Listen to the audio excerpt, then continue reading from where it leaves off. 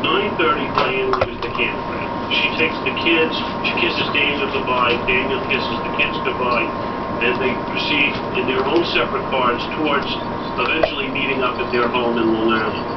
Diane stops with the kids at McDonald's and has a meal. Now, state police have told us that they interviewed the people who waited on them in McDonald's and said that she was absolutely normal. We know what she purchased in the McDonald's. She's seen leaving the McDonald's on the video and appears to be fine. What our investigators found is that thereafter she went to a gas station in close proximity, filled up the car with gas, and then we have a video of her walking inside the convenience store and trying to purchase an over-the-counter pain meds, gel caps. And the way we know that is we interviewed the store clerk who didn't even know it was Diane Schuler. Okay, let me ask you this then. How do you, as an investigator, explain the toxicology report with high levels of marijuana in Diane's system? How do you explain that? I can't explain, but what I will tell you is what we are doing is I want to determine if those results are correct.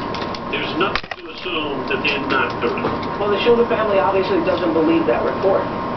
They absolutely, Daniel Schuler does not, and the Schuler family does not believe that report. They believe that a mistake has to have been made. It is the family's position that something else caused Diane's death. Daniel's convinced beyond any doubt that this is not the woman he was married to for 8 years. He never saw her drunk. Okay, well, He never saw her drunk. Okay, I think that's an interesting statement that he said he used the term drunk.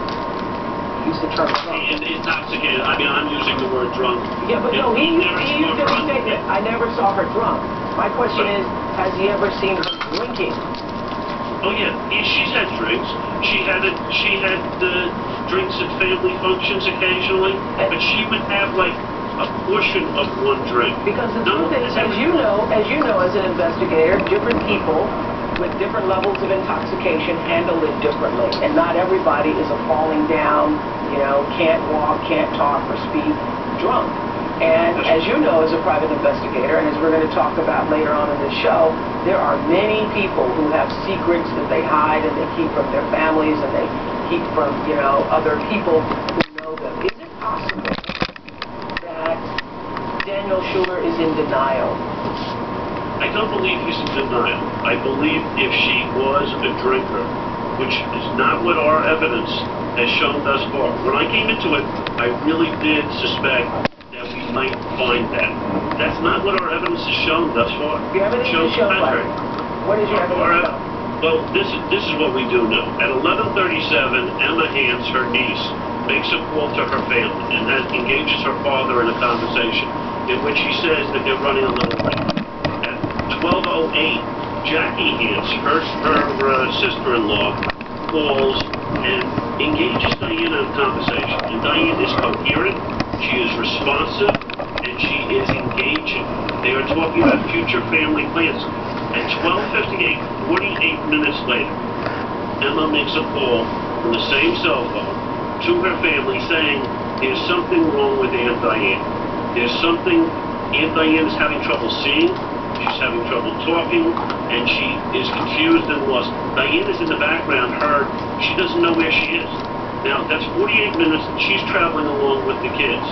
It is inconceivable that someone could consume 8 to 10 ounces and metabolize that within the 48-minute period. So something possibly other than alcohol could be a contributory factor to this accident. Brian, their 5-year-old son, is the only survivor. How is he doing? Brian's doing well. I mean, Brian suffered very severe injuries. He broke his leg, he broke his arms. He's a normal 5-year-old boy who's recovering from very severe head trauma. But I saw Brian just last week, and he was playing. He wanted to go out and play ball. So he's recovering, but he does have some of the effects from the accident. Thank you, Thomas Ruskin. We'll be right back. Thanks for talking to him. Coming up, the other side of this tragedy, his brother, father, and friend were killed by Diane, what he thinks of Daniel Schuler's claims, and we'll talk to the director of the toxicology lab when we come back. Beauty is as easy as 1, 2, 3. 1, Nivea Visage Cleansing Gel. 2, Refreshing Toner.